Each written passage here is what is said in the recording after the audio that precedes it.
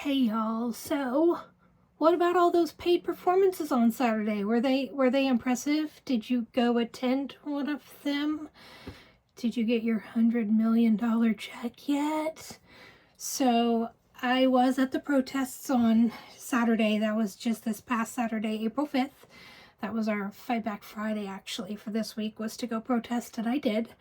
And I want to just kind of do a raw react to what that experience was like for me and some of my thoughts about it in the 2 days since it happened, especially with some of the stuff I've been seeing online. This is not scripted. We had fun with another unscripted video, so we will see how this one goes. But I am feeling magical, but also stabby. And in response to some of the internet things coming out about Saturday's protests, definitely having some oh for suck's sake going through the head. So one of the things that first stood out to me is how peaceful every protest I saw was. I mean, I saw a video from international, national, plus the protest I attended. It was very peaceful, which was awesome. And part of that article or that research that I shared on Friday, that peaceful protests are twice as likely to create political change as violent protests. It's totally peaceful, and that was awesome. The second thing that really comes to mind for me was seeing bipartisan participation. And in places you would not expect to see a rally, there were rallies. There were people gathering and protesting and saying, hands off our government, enough is enough, we don't want this. That was super awesome. The third thing that I really noticed, and this is non-judgmentally, not going for positive, negative, good, bad, but something more just to be aware of.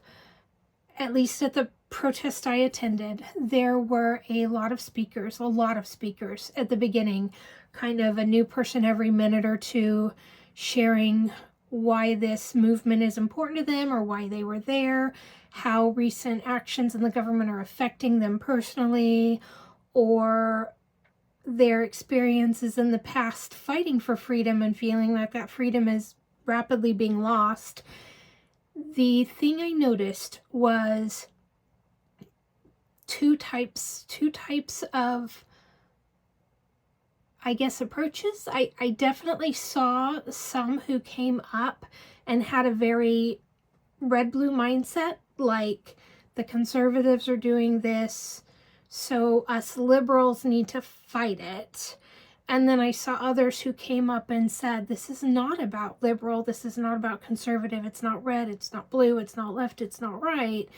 It's understanding that all of us, the working and middle class, are in a fight for our lives, for our well-being, for our freedom, for our safety, against billionaires, against oligarchs, against people who want to control the government for their own interests and not work for the interests of the people. And those were the ones that really resonated with me, because that's my message.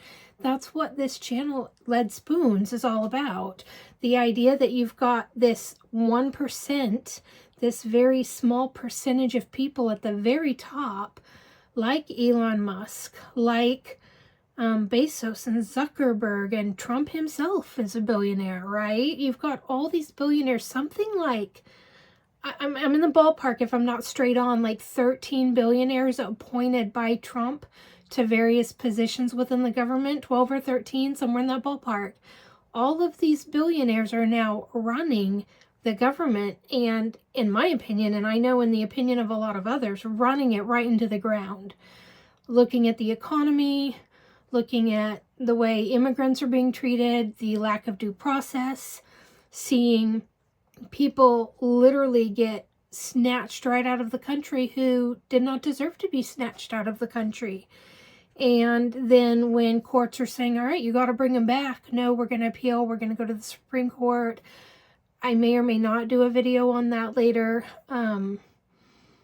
But these are stories that we all need to be aware of. The family in Maine, if you haven't seen that, I will try to post some links in the comments or in the description for these things so that you can be informed about what's happening to people's neighbors, people's friends, people's family. So it is a war of billionaires, white, mostly white men, white middle-aged and old men, against women, children, people of color, immigrants,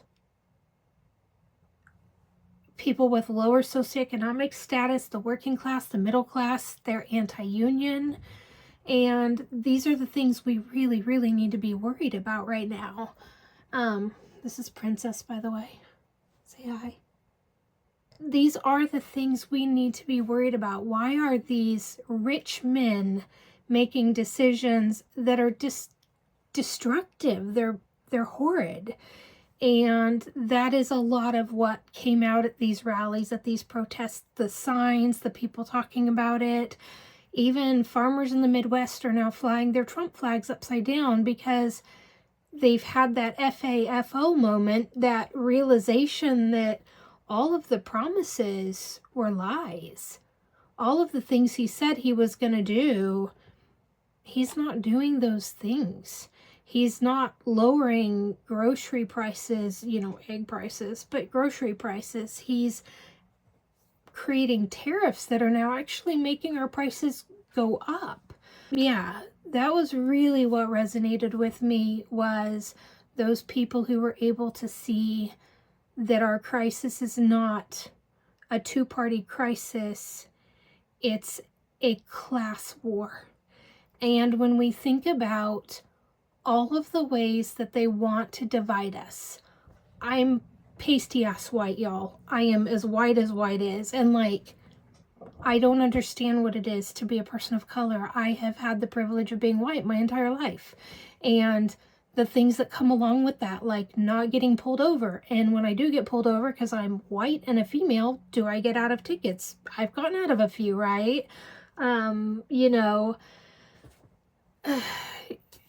Our family was all over the place socioeconomically. I mean, at one point we were homeless when I was a kid, but we also spent time in the upper middle class. And so knowing what it's like when we did have money, to be able to get my license at 16 and afford driver's ed, which was only like $100 back then, by the way, not $600 like it is now or more.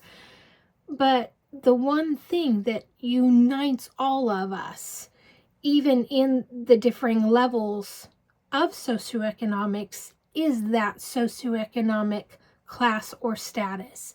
When we look at the range in wealth from people who are in the red, right? They owe more than they have assets. And then you look at people who are doing really well. Maybe they own a home and they can go on vacations.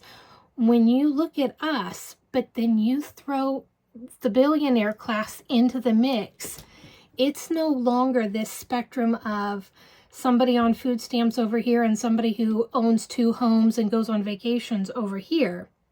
Us, we're here, and the billionaires are here. We are all closer together than we realize when you look at how much money people like Bezos and Musk and Zuckerberg and Fink and the Waltons and all these people have way up at the top. The Forbes 400, I did a video mentioning that the other day, that if you take the wealth of those 400 people and you divide it amongst the population of the United States, not that I'm saying to do that, but if you did that, every single person would have a wealth gain of about $16,000 per person for 340 million people.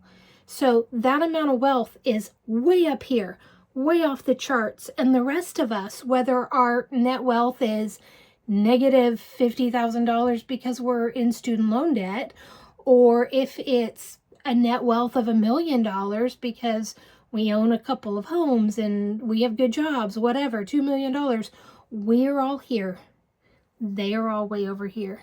And this is what unites us. We must focus on that uniting factor that we are getting the shafting fee for the billionaire class. It's coming in the form of regressive taxation. It's coming in the way that the new budget is going to give all these tax breaks to billionaires. We're looking at Social Security being torn apart, and I'm getting stories of this from people I know now who are telling me about not being able to get a hold of anybody to secure the benefits that they not only need, but that they paid for. And the frustration that's coming with that, and the fears that's coming with that. People who have disabled children who were literally born not able or capable of growing into independence, right? No independent living. They need support. And there's worries, great worries around being able to access that support, access that care that they need. And so we've got a bunch of very wealthy people over here who are fighting even paying the taxes that they owe, finding ways to dodge and get around that, dismantling the IRS, which could potentially go after them and make them pay their fair share, and then furthermore dismantling Social Security, which we all paid into, which takes care of the most needy people in society, like those with the greatest need. And when we take care of each other in society, we have a stronger society for it. Taking care of those most in need around us benefits all of us. There is so much research around that. I could do a whole video on that someday, just talking about the way that all of society benefits when things are more egalitarian or equal. When you don't have this huge gap between the wealthiest and the poorest, it actually is beneficial for everyone in society. But these guys don't realize that because they like their billions that they can never spend in a lifetime, and probably more than that, they like this illusion of power and control.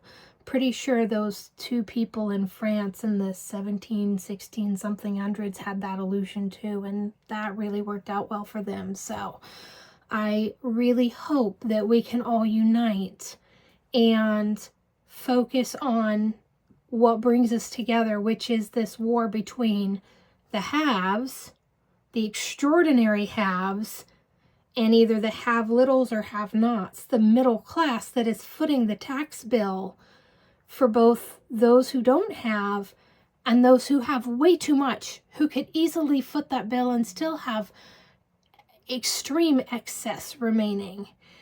So the next protest, my understanding, and I need to dig more into this, but it looks like there's another one that's kind of gearing up for the 19th, which is Easter weekend. I know there could be egg hunts or other things happening, but this is also vitally important. We need to get to 3.5%.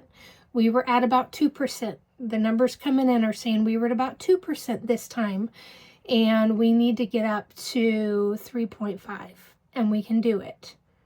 We can totally do it. So 2% or 5.2 million, which would be a little less, maybe a little less than 2%, because 12 million is 3.5%. So 5.2 million is a little less than half of what we need for ensuring serious political change, according again to that researcher at Harvard, Erica Chenoweth. If everybody who protested on the 5th invites 2 people, and I say 2 because out of that 5.2 million, maybe you do have a kid that really needs to go to an egg hunt. I mean, hopefully we can work that around some protesting. But if you've got stuff coming up, not everyone can protest every 2 weeks. I get it.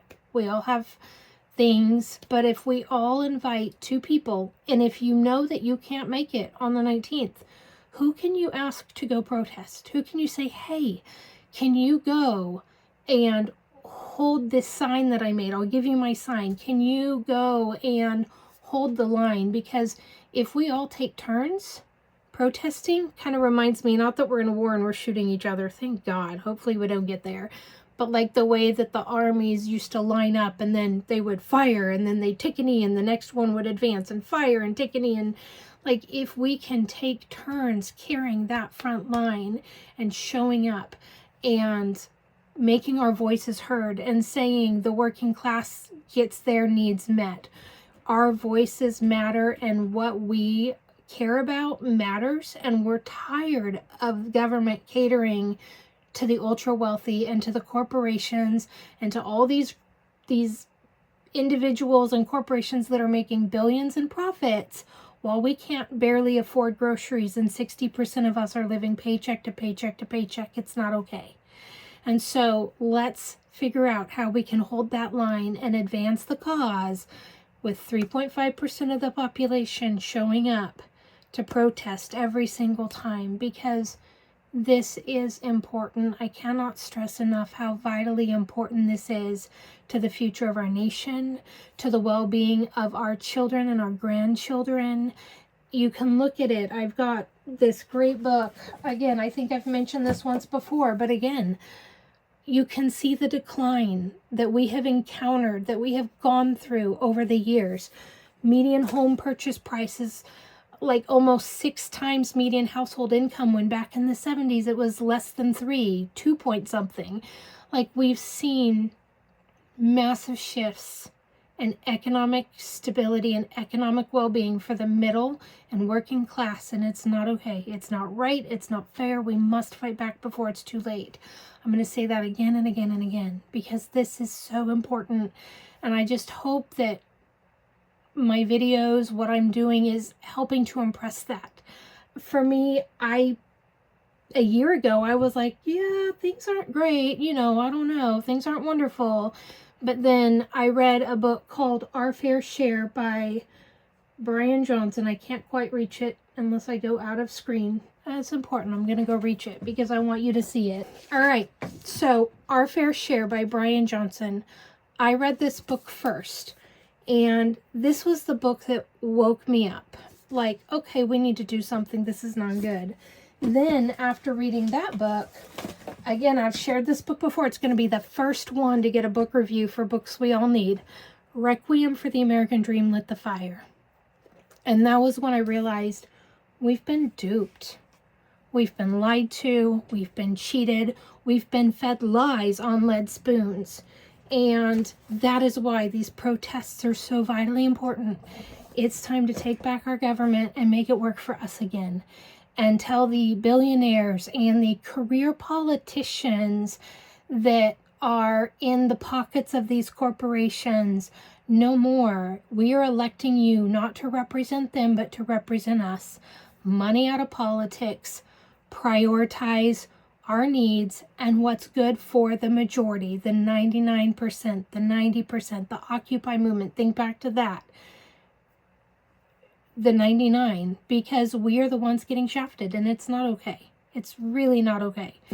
So yeah, I hope I don't come off like a crazy person, because sometimes I do. I mean, I am wearing a unicorn shirt.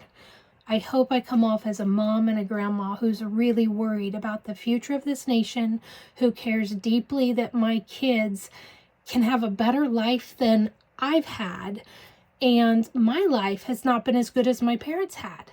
And that is in a drift. That's in the data. The upward mobility, the quality of life that our children are expected to have is less than what we have now. And our quality of life is less than what our parents, a lot of them boomers, had, right? Or silent generation. My mother was silent generation. That's not okay. We are like the wealthiest nation in the world. It should not be that way. So please get angry with me. Productively angry. Please get fired up. Check out the books, especially this one. If you don't read anything else this year, please read this book. It is powerful. And let's fight back, because we deserve better. We all do. So put it on your calendars, April 19th. And please share, like, subscribe, all the fun stuff to get this out there so more people see it. This is a baby channel. I just started it a couple weeks ago after doing that math about Musk making almost $300 million an hour between election day and February 11th. So I want to make 300 million an hour. That sounds fantastic. I don't know about y'all. I could do a lot of good with that, and it wouldn't be flying to the moon or trying to take over the government. So yeah, let's fight this. We can do it. And thanks for tuning in for my wild, unscripted reflection on the hands-off protests on April 5th. And hopefully I'll see y'all on April 19th. All right, be kind, be productive, and take care.